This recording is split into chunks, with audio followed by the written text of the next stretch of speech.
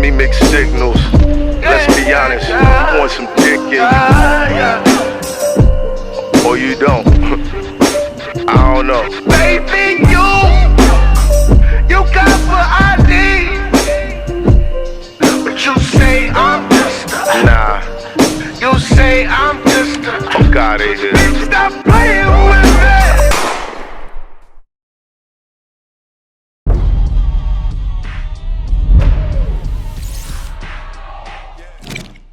It's Hoffa, trapper turn smack rapper. Only smack rapper that you know is smack rapper. How did you get out of prison? How did I get out of prison? Yeah. Well, you know, I had the crooked cops on my serious case. My most serious case was with the crooked cops. That was the one that they could have really like stuck it to me. Right. I got a case in Cincinnati. Like I told you, I was only doing like 49 keys a month, something like that. The deal was for 49 keys anyway, but I was doing about 49 keys a month. So we made a deal for 49 keys, period. It was normally the feds, they attack, oh, you've been down here for a year, you've been doing 49 keys, so we're going to charge you with 500 kilos of cocaine. But we made a deal where it was only going to be 49, period. That had a cap of 10 years. The cops got arrested. They wanted me to testify against the cops.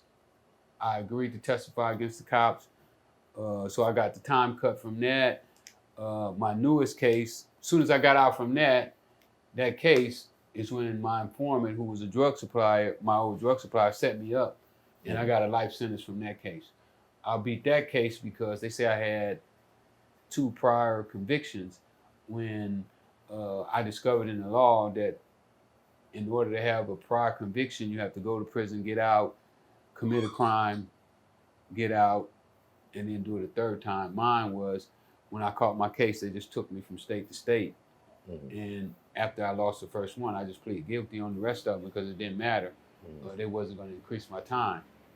So I found a law that said there's a thing that's called continuous criminal spree. Right. So mine was a continuous criminal spree where I'd never been brought to my senses. So you never had the time to rehabilitate. Right. Rehabilitate. Correct. Okay. So they only counted as 1 conviction, and for 1 conviction, the most they could give me was 20 years. When you found out that you could do that, how did you feel?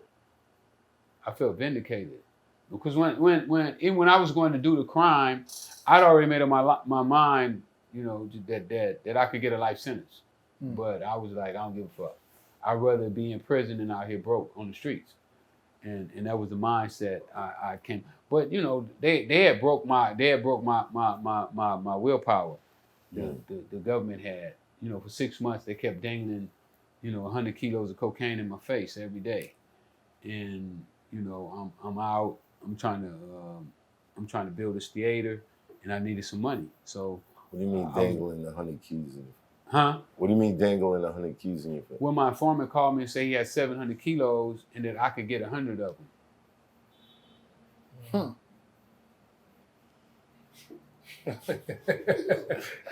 Hey, you considered it? No, I went to get them.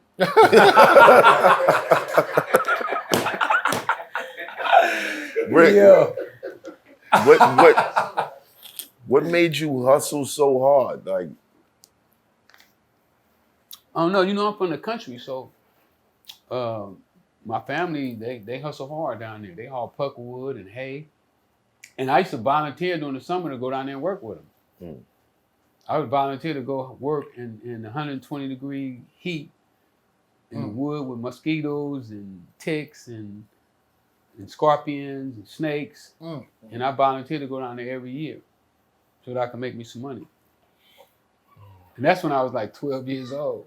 12 years old. So from 12 years old, you were doing that. So I guess everything else after that was like, oh, this is easy. Yeah, stealing Ain't no cars, scorpions. taking cars apart was easy. Ain't no scorpions in the car. Exactly. We good. Money was that important all this time? For my whole life, because, you know, I was without, you know. Right. I saw my mom without, you know, lights get cut off and no food in the refrigerator. So money became important to me. I understood that when you had money, that you had all those things. And I wasn't going to see my younger brothers and sisters, you know, go to school with holes in their tennis shoes, and if I could help it. Mm-hmm. Where is it stand now? Your money, where is it on the list of importance to you as somebody who's had as much money as one person can? Well, now I'm chasing legacy right now.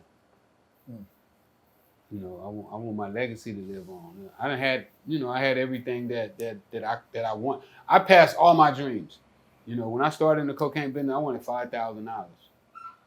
You know, that's all I wanted was $5,000. So I went so far past my dreams that it was crazy. You know. All right, we skipped past something. They said money changed niggas. If you a real nigga, ain't gonna change much about you. But it will bring some snakes around you. Pray for counsel when you find out what that cake amount to. Let's go. Lord, I'm so thankful for your blessing. I ain't stressing, cause I'm focused on the cash route. Satan's still working overtime, but I pay him no mind, and that's probably what he mad about. I be hopping on planes, touching clouds, while these haters and these thirsty ass bitches trying to grab clout. Praying to you, please keep the police off me if I ever gotta take one of they ass out.